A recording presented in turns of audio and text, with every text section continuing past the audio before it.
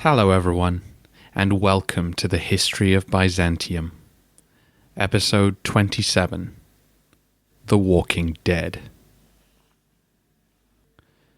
For those of you who don't check how long an episode is before you begin listening, I feel honor bound to tell you that for this installment I've thrown aside the History of Rome target of half an hour and let things run a little longer.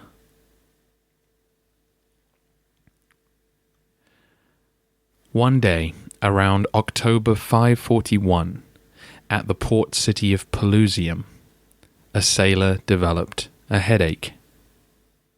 Soon after, he added pains in his leg and back and a fever to his list of symptoms.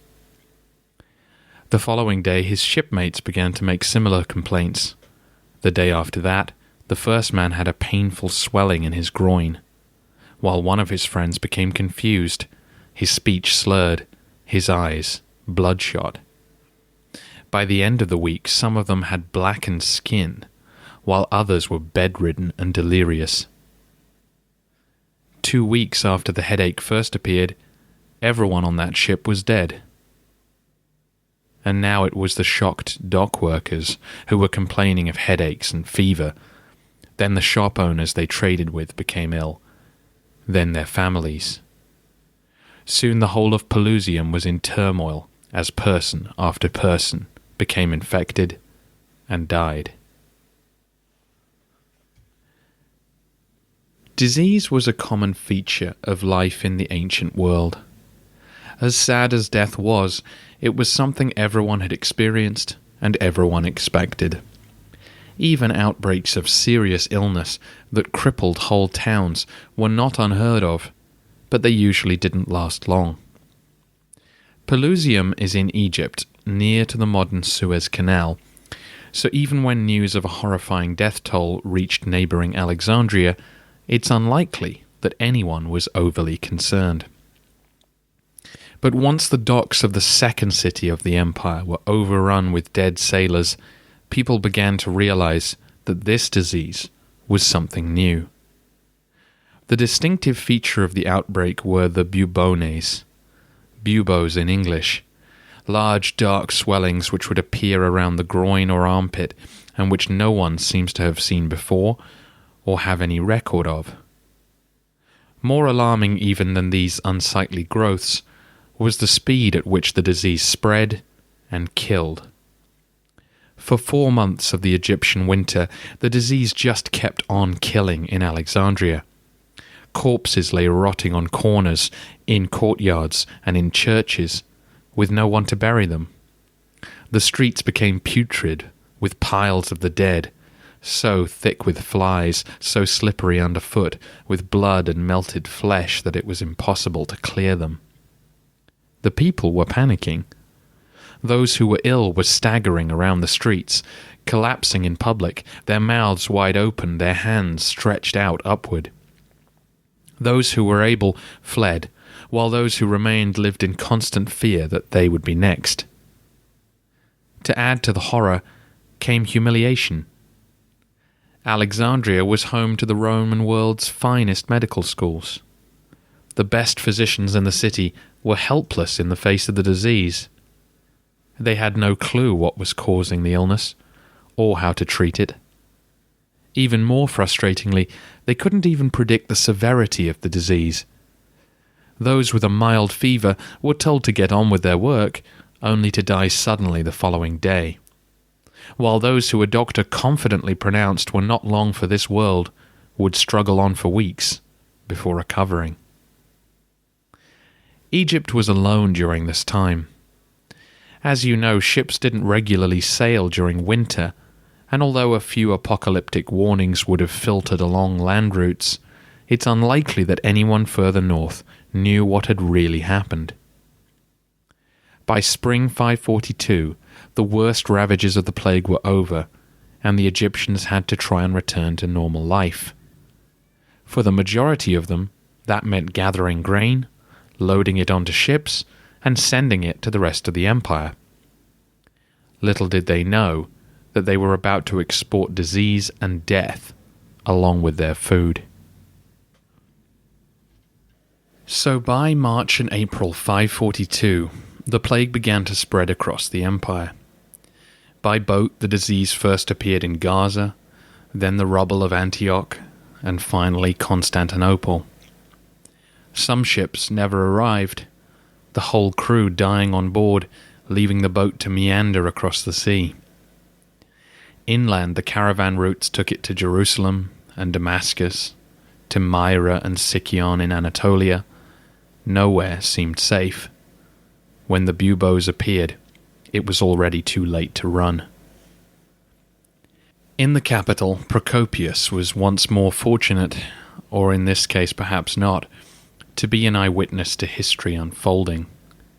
He gives us the best account of the symptoms of the disease. Victims were first gripped by a sudden fever. In fact, the colour of the skin, nor create as high a temperature as a bad illness would normally generate. Doctors and friends were initially unconcerned by this apparently languid fever. But sometime later that day, or the next, but definitely within a week, bubonic swelling appeared. Sometimes growing as large as melons and causing great discomfort. As well as the groin or the armpit, the swelling would occasionally appear in the thighs or behind the ears. Up to this point, everyone seemed to suffer similarly. But once the buboes arrived, different paths would emerge. Some would enter a coma-like state, sleeping for long periods and occasionally forgetting who the people were around them, while others couldn't sleep and began to hallucinate or seem delirious, crying out in terror or running into the streets. Those tending to the sick were exhausted, and of course those who had no one to look after them passed away. For a third group, the bubonic swelling became mortified, and the victim died in agony. Some lost all sense of feeling before the end. If you broke out in black pustules, you wouldn't survive the day. If you vomited blood, you wouldn't survive the day.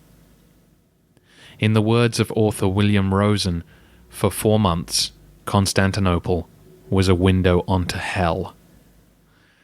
As usual, the visitation began at the docks, before working its way into every quarter of the city. The poor died first, then the blues and greens, forced to put aside their differences to deal with their fallen comrades. Then the artisans, tradesmen and guild members, then the senators. Many in imperial service died. Tribonian disappears from the historical record at this point, and it's tempting to assume he was one of its victims. Death stalked the streets.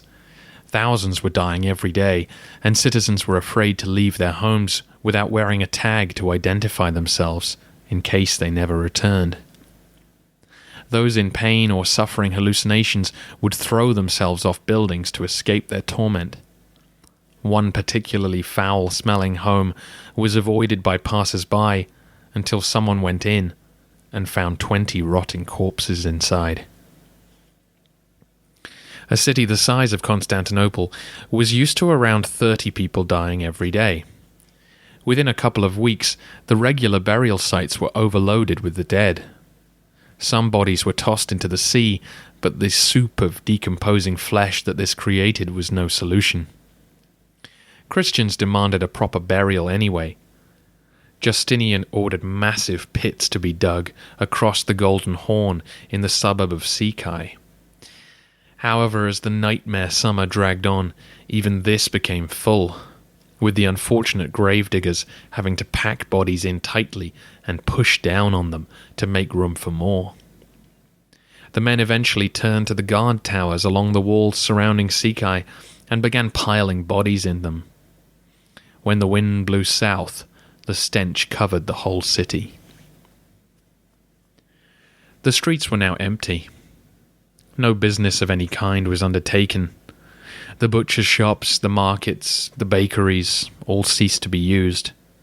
Famine now followed pestilence, and it was considered great fortune to have enough bread to feed what remained of your family. An earthquake hit in August, which only intensified the feeling that these were the end times. All court functions ceased, and no one was seen in official dress, particularly once the disease decided to prove its egalitarian nature once and for all, and infected Justinian. The emperor was one of the lucky ones. Left in a coma-like state for weeks, he wasn't short of attendants to care for him. Theodora was left in effective control of the government, a situation we will deal with next week. By August, the plague had died down to a manageable level. Trusting Procopius's estimates of the dead is difficult, but many scholars do assume that at least 200,000 people, if not more, died during that outbreak. This in a city that had stood 500,000 strong. Out in the provinces, the toll varied from place to place. One of our sources is a Syrian scholar called Evagrius, whose personal story is deeply tragic. Although he survived the plague, he would lose his wife, his daughter, his grandson, other relatives, and many servants as the plague returned in later waves. He confirms similar symptoms that Procopius describes, adding sore throats and diarrhea for good measure, and pointing out that even those who caught the plague and survived would often have lisps or muscular tremors for the rest of their days. More information comes from a Monophysite clergyman who we know as John of Ephesus. He had to journey to Constantinople during this time and describes empty villages and imperial staging posts littered with corpses. As harvest time approached, he saw empty fields with grain white and erect, but no one to reap them, while flocks of sheep and other animals were living wild off the land. He also hears stories of more personal tragedies, of weddings abandoned on the day itself, when either bride or groom had died. In addition to the horror and the grief, there also came a psychological and spiritual torment. Many victims claimed they had seen a ghostly apparition touch them just before they fell ill. While out on the coast, as one port town after another succumbed to the disease, men began to describe demonic visions out on the waves, boats with headless oarsmen, glowing like fire, moving around the Mediterranean to deliver God's vengeance. During the height of the plague, a story comes to us from a city on the edge of Palestine, where apparently some demons, in the form of angels, appeared to the terrified inhabitants, telling them they would only be spared if they worshipped a bronze idol. It's fair to say that for most people in the empire, this apocalyptic event was assumed to be the work of God. When John saw the bodies being squeezed into the pits at Sykai, he calls forth the image of the winepress of the fury of the wrath of God from the book of Jeremiah, and assumes that as with the flood, good Christians should be building their metaphorical arks in order to survive. Temporarily, this may have worked, as, according to Procopius, local brigands and ne'er-do-wells changed the habits of a lifetime for fear of being struck down, visiting church regularly, and being kind to those around them, until the disease passed, when they returned to their old ways. By March 543, Justinian was back on his feet, issuing a law which declared that the epidemic was over, and calling it God's education. As William Rosen points out, we are very lucky to have Procopius, whose training and preference was for the Hellenistic historical approach to writing, which means that he notes events as he saw them, rather than putting them through a starkly Christian lens. If the plague was God's wrath, then it seemed that God was angry at everyone. The disease took no account of gender, race, age, class, location, or even season. Evagrius notes with frustration how some were spared even when they tried to contract the disease to end their misery. Through these sources, we also hear that cattle dogs, mice, even snakes were not immune to the plague. Why, even rats, swollen with buboes, were to be seen infected and dying. The plague was a devastating blow to the Byzantine Empire, just as it was to all the nations whom it touched. Estimates of the total number of dead are hard to come by, but it's assumed that most towns, cities, or army camps that became infected would lose a third of their people. The plague was not over either. Every year it would break out in a new location. In 543 it reached Africa, Italy, Illyricum, Gaul, and the border with Persia. Another historian comments that the world seemed returned to its primordial silence, for no voices rose in the fields, no whistling was heard of shepherds. The following year it made its way to Spain, Britain, and Ireland, with reports coming in from places as far afield as Scandinavia and the Yemen. Whether it was an island or a hilltop community, the plague seemed to find those places which it hadn't already struck. And it would return to the same cities a few decades later and hit them again. Constantinople would suffer a recurrence in 558, 573, and 599. The same goes for Antioch, Amida, Nisbis, Rome, Thessalonica, and so on, for 2 centuries, until 747, when the last recorded outbreak took place in Naples.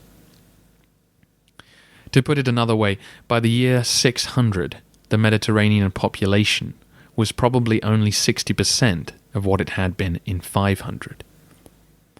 The demographic growth which had helped the Byzantines see off the Germans and the Isaurians, that had filled the treasury of Anastasius and allowed for the reconquests under Justinian, were wiped out in a year or two. The chance for the Roman Empire to reform itself in anything like its former strength was now gone. The Byzantine world did not collapse, though. Despite the death and the accompanying dislocation, life would go on. Next week, we will explore the political fallout in detail. But for the rest of this episode, I want to try and answer the question of what on earth happened here. I should start by acknowledging that there is no academic consensus on what the plague was. Its origins, its makeup, or even if all those who reportedly died of plague from 540 to 740 were suffering from the same disease. Even with DNA evidence from 6th century skeletons confirming the mainstream theory, we still lack sufficient proof to be certain. We are fairly confident, though, that the bacteria responsible for the plague goes by the name of Yersinia pestis. Bacteria have been living on the earth for millions upon millions of years. They were here well before we were, and have had a long time to adapt to the new environments that the arrival of mammals provided. Bacteria spend their days adapting and reproducing. That is their raison d'etre. They have the ability to rewrite their genetic code by borrowing, copying, or adapting themselves to find a better means of surviving, spreading, and multiplying. For Yersinia, its preferred home for a long time was the digestive system of the rodent, marmots, squirrels, and rats. The process was slow but steady, as Yersinia passed out of one animal through its waste and then managed to find a new host. However, there's an inefficiency to that process that I'm sure you can imagine, and Yersinia dreamt of a better way. The answer came with the flea, the tiny blood-sucking insect, many of whom live on the backs of rodents. Although their aim is to extract blood, the process is something of a two-way street. Here, then, came Yersinia's chance. Who knows how many times over how many years it took for Yersinia to adapt to living temporarily in a flea's gut, a quite different environment to that of a mammal, before working out a way of being pumped back into another animal's bloodstream. The process was utterly ingenious. Once absorbed by the flea, Yersinia would make a protein which would turn off the flea's natural defenses and prevent itself from adhering to the flea's stomach. It would then make a sort of glue out of blood. This biofilm would clump together, sealing off the flea's stomach from the blood it was taking in. The flea, realizing it wasn't getting fed, would now bite frantically at anything it could, desperate to gather more life-giving blood. As it sucked voraciously at its new target, the blood already in its foregut would be forced out, infecting the unfortunate mammal with Yersinia pestis. This ultra-cunning transportation system gave Yersinia exactly what it was looking for. Fleas, you see, are themselves very adaptive to their rodent hosts. Some species of flea have learnt to give birth at the same time as their carriers do, so that their children can move to new homes. The fleas can also, of course, jump from one rodent to another, latch on, and begin feeding. So now Yersinia could spread itself more efficiently around a group of mammals, infecting, replicating, and adapting. But it was at this point that Yersinia pestis got greedy. This is also the moment when we introduce the particular species responsible for the plague. The flea was Xenopsilla chiopsis, the oriental rat flea.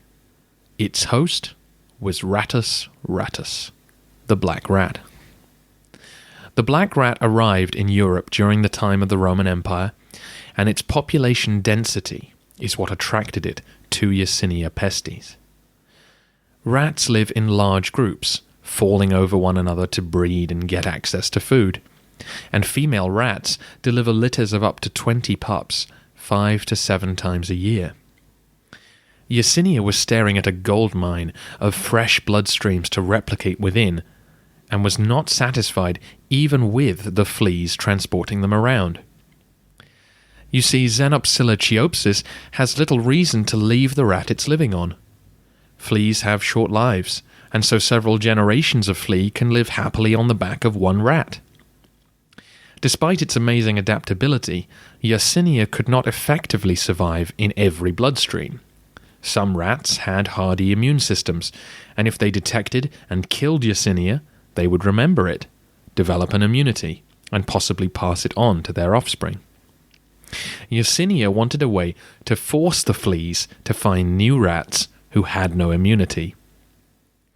The solution to this problem was quite simple. Yersinia would just kill the rat. Again, over untold years or centuries of adapting, Yersinia developed the necessary toxins and proteins that could attack the rat's immune system and kill it. The flea would be forced to jump to a new host and spread Yersinia far and wide amongst the colony of rats. The balance has to be right, of course. Yersinia needs time to reproduce before the rat begins to die. So the bacteria learnt to keep its poisons less poisonous at mammal body temperature. The rat could therefore live with the disease for a week without showing any symptoms until the bacteria reproduced sufficiently to raise body temperature, and then the lights would go out. Now, this new deadly strain of Yersinia presented a major problem. What if it was too successful and killed all the rats? In its search for the most efficient reproduction method, Yersinia was reaching the point where it might have undermined itself. Thousands of fleas living on hundreds of rats, injecting hundreds of thousands of bacterial cells, is for the most part a stable ecosystem. Because, as you remember, a good number of rats will be immune to Yersinia, either through a strong immune system or acquired immunity after infection. The problem for Yersinia's survival only arises when there aren't enough of these resistant rats in a particular group. For any rat colony, there will be a tipping point. If for some reason 80% of one group of rats became infected and die, then suddenly you've got a lot of manically hungry fleas looking for something to feed on. Naturally, they look for the nearest warm-blooded mammal to bite, and who do rats normally live next to? Humans. Of course, horses, dogs, camels, whatever will get bitten too, but we are rats' constant companions.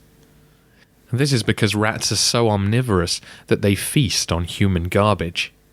They'll eat any sort of vegetable matter, from seeds, nuts, leaves and fruit, to less obvious fare, like paper, soap, beeswax, along with animal food and all sorts of items that humans gladly pile up day after day.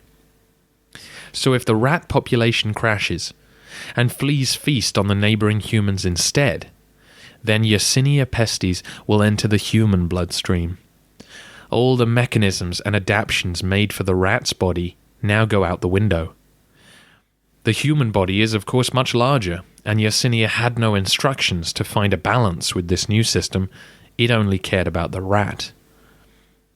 So when Yersinia arrived in Pelusium, it began to attack and destroy its strange new environment.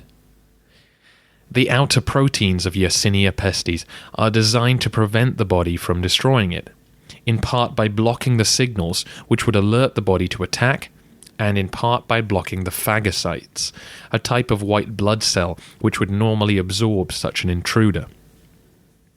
Once in, Yersinia would begin replicating as fast as it could, which would often leave the area of the flea bite to turn necrotic, or leave the tissue withered. At this point, the body does recognize that something is wrong and conveys the bacteria to the lymphatic system, where our blood circulates and diseases are normally attacked. However, this is where Yersinia wants to be taken. It now has access to the whole body and continues to spread and replicate. Our immune system tries to drag the disease to one of the regional lymph nodes, garrisons of white blood cells where most diseases are slowly absorbed. The battle is fierce, and the node becomes engorged with blood and cellular debris, which create the grossly swollen buboes. As you may have figured out by now, the lymph nodes can be found in the groin, the armpit, and other areas where the swelling appeared. The reason swelling of the groin was most common is simple. The tiny fleas, looking for somewhere to bite, would first come upon the legs, and so the infection would be drained toward the nearest lymph node around the crotch. The bubonic edemas would press on the nerve endings of its victims, causing tremendous pain. As the body struggles to replace deoxygenated blood with oxygenated, the muscles surrounding the human voice box become more acidic, which was the cause of much temporary or permanent speech problems for those who survived. We've now reached the stage where the divergences which Procopius observed begin. For those who were destined to survive, their battle would now rage, leaving them exhausted and sleepy until their body won, and often the swollen bubo would explode in a shower of pus. For others, the bubonic edema might turn septic, and like a snake shedding its skin, the tissue would collapse, often causing shock and death. As the body heats up from battle, Yersinia begins to release its toxins.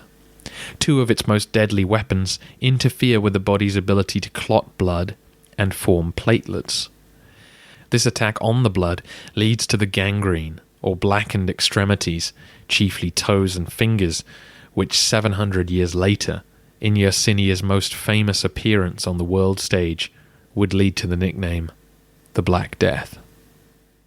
If they spread further across the body, giving the appearance of lentil-like blisters, as Procopius identified, then death would follow swiftly. If the plague became septicemic, then victims would die vomiting blood from internal hemorrhages. Another of Yersinia's deadly toxins are a collection of fatty acids known as lipid A. Once embedded, they cause overproduction of an enzyme which releases tumor necrosis factor, which can kill cells. Again, the result is shock, sometimes fatal. The most fatal results, though, come from the third option. If Yersinia reached the highway into the lungs, then the victim would start to produce sputum. When the sputum accumulates blood, the infection moves from being bubonic to pneumonic.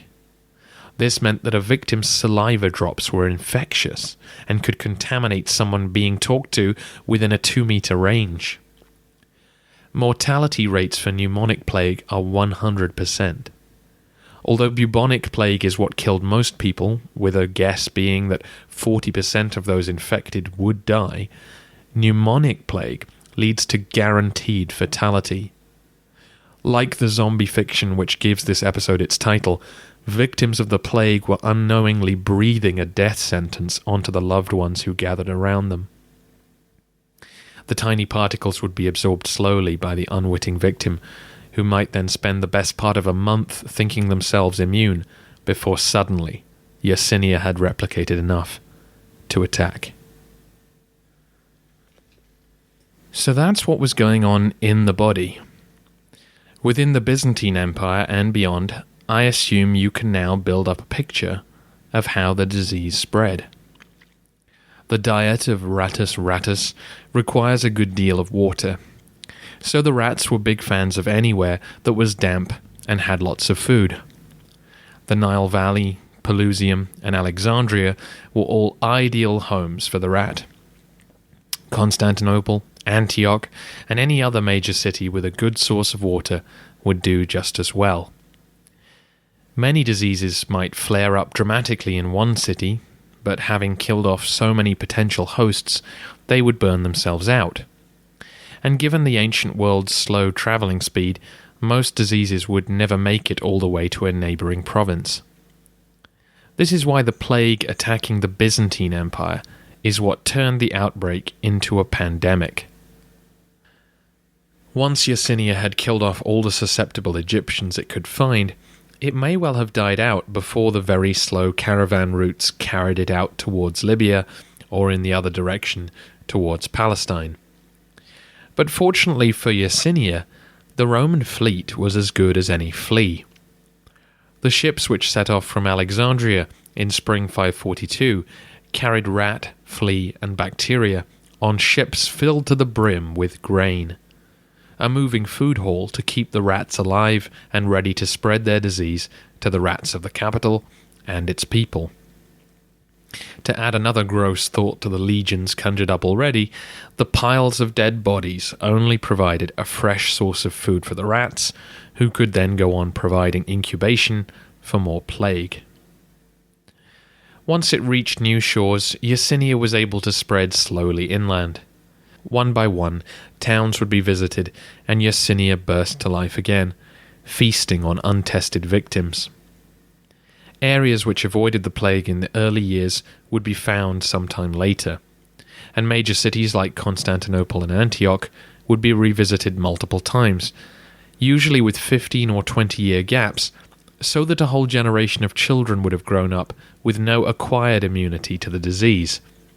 Round and round Yersinia would go, always capable of killing thousands, so long as new humans arrived who could be infected. Initially, Khusro was able to continue the war with Byzantium and retreat whenever the plague broke out in a nearby town. The Persians had limited trade between the empires to designated cities, like Nisibis.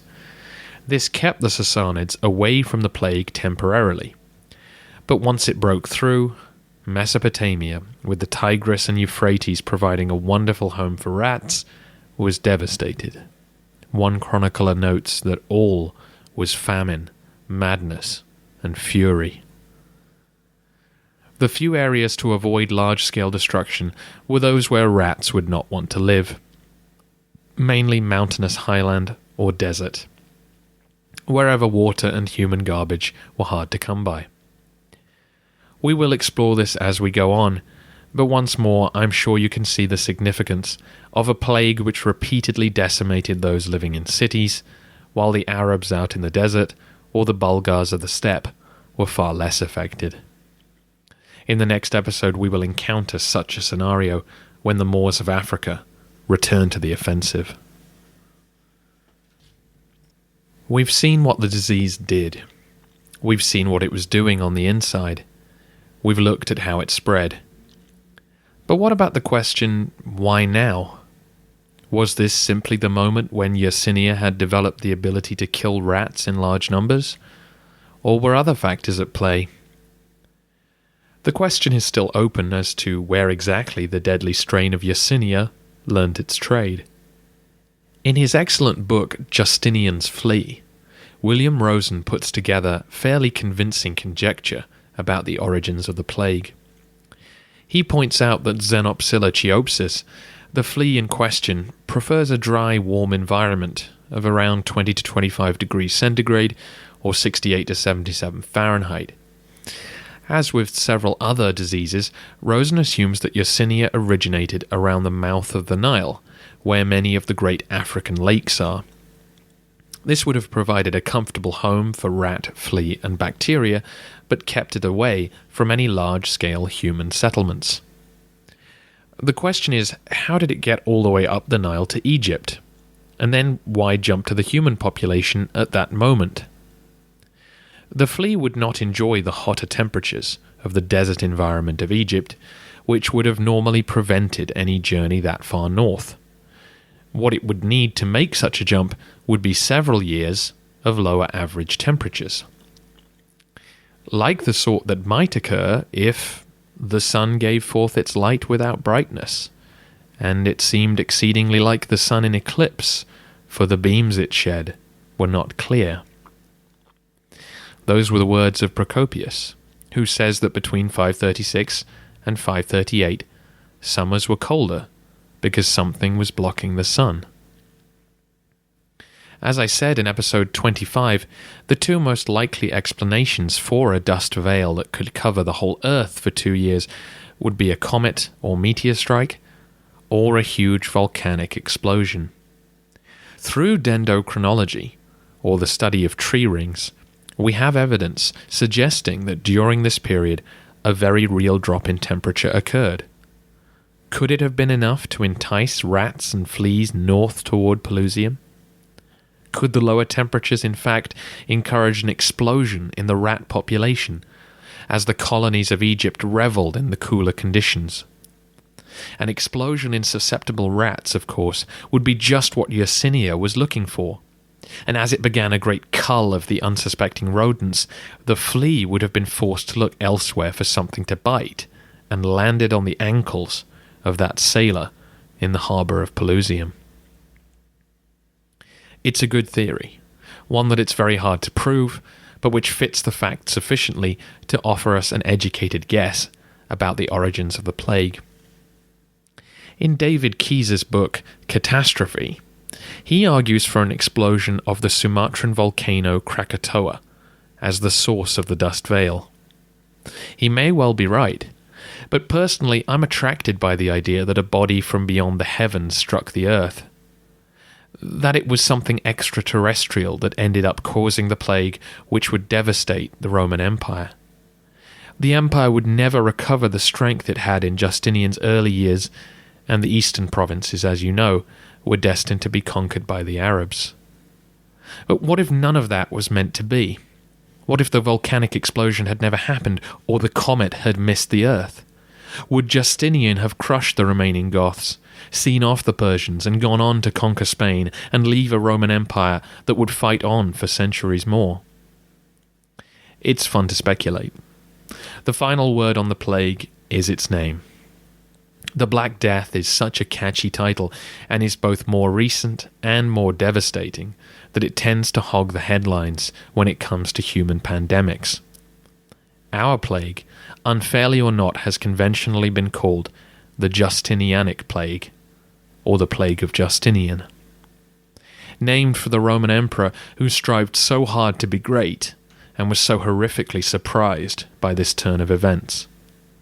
The plague certainly defines the emperor more than any other man, and there's a real irony that for all his law books, and the cities and army detachments and the like which he named after himself, that it's Yersinia Pestis that will be known by his name to future generations.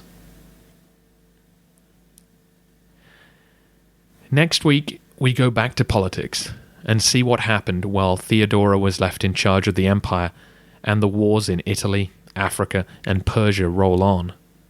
Despite the apocalypse unfolding around them, the Byzantines kept on fighting. Next week is also the episode I'm using to raise funds for the future of the history of Byzantium. It will be on sale at thehistoryofbyzantium.com for either $5 or any amount above that you'd like to donate. And in case anyone is still in any doubt, 2 weeks after that, episode 29 will be back on the free feed as normal, and so will episode 31 and 30 and so on. I think I'll leave this episode there for now, though. Reading constantly about the plague for several weeks leaves you feeling kind of itchy.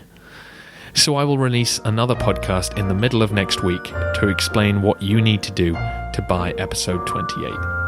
I will make it as simple as possible, and I'm hugely grateful to all of you who've been so supportive.